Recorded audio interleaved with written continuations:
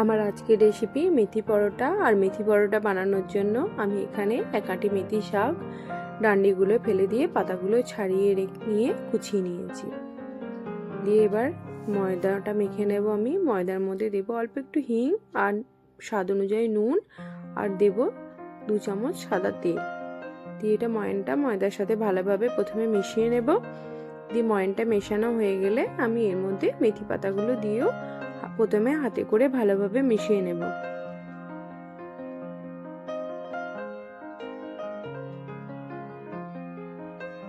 একটু হাতে করে টিপে টিপে এটা ময়দার সাথে প্রথমে মাখিয়ে নিতে হবে।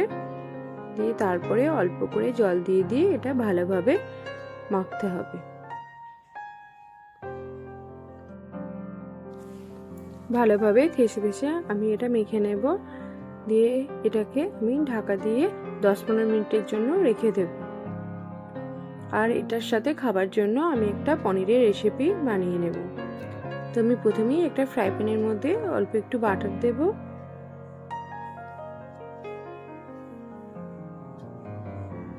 তার মধ্যে 2টো শুকনো লঙ্কা, 1 টুকরো দারচিনি, একটা বড় এলাচ, 2টো ছোট এলাচ ও 2টো লবঙ্গ আর 1/2 চামচ সাজিরে ডিম ভালোভাবে প্রথমে ভেজে নেব।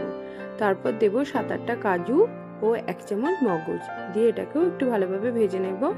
দিয়ে 2টো টমেটো আমি কেটে নিয়ে এর মধ্যে দিয়ে দেব। দিয়ে অল্প একটু জল দিয়ে টমেটোটা নরম হতে দেব।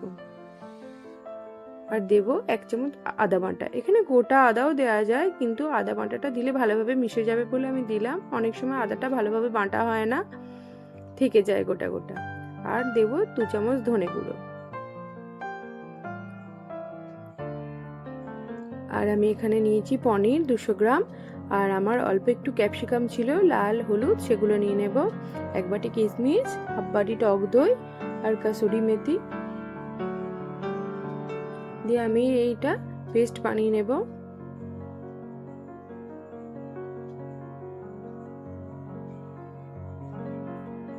দিয়ে আবারও ফ্রাই প্যানের মধ্যে আমি অল্প 1/2 চামচ মতো সাদা তেল দিয়ে প্রথমে কিশমিশগুলো একটু ভালোভাবে ভেজে নেব।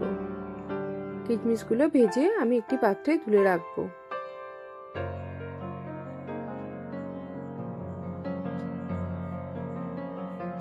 দিয়ে ক্যাপসিকামগুলো একটু ভেজে নেব।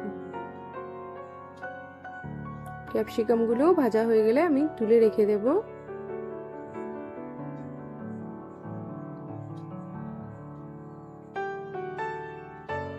তো আবার অল্প একটু তেল দেবো। দিয়ে পনিরগুলো একটু হালকা করে ফ্রাই করে নেব।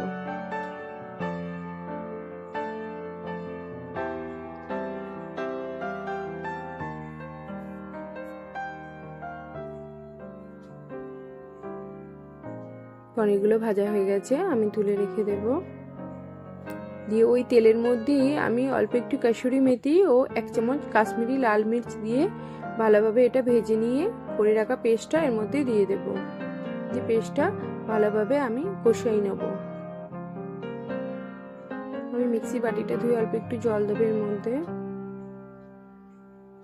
দিয়ে পেস্টটা এখানে কিন্তু খুব ভালোভাবে কষিয়ে নিতে হবে।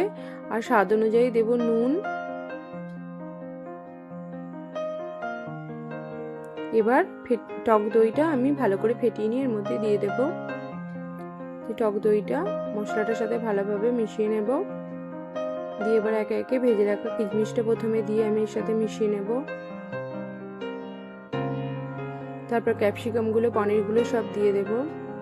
পনিরের এই রেসিপিটা দুর্দান্ত হয় খেতে। ভাত, রুটি, লুচি, পরোটা, রাইস, ফ্রাইড রাইস সবার সাথেই ভীষণ ভালো লাগে। একবার বাড়িতে বানিয়ে দেখবেন, খুবই সুন্দর হয় খেতে। আমি এটা মশলাটা ভালোভাবে কষিয়ে নিয়ে অল্প একটু জল দিয়ে এটাকে ফুটতে দেব। আর স্বাদ অনুযায়ী দেবো একটুখানি চিনি।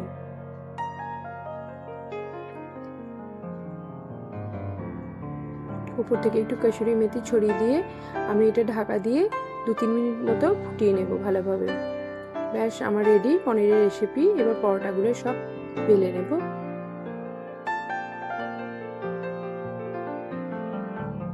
ময়দাটাকে আমি এখানে আবারও একবার ভালো করে ঠেসে নেব। দিয়ে লেচি কেটে নেব। পরোটা লেচি আমরা একটু বড় বড়ই করি।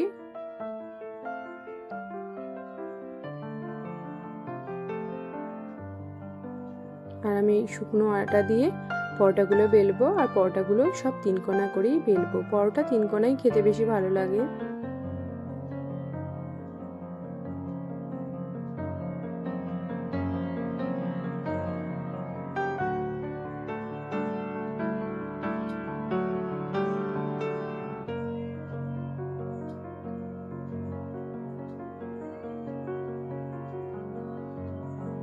আমি এখানে পরোটাগুলো বেলে নেব।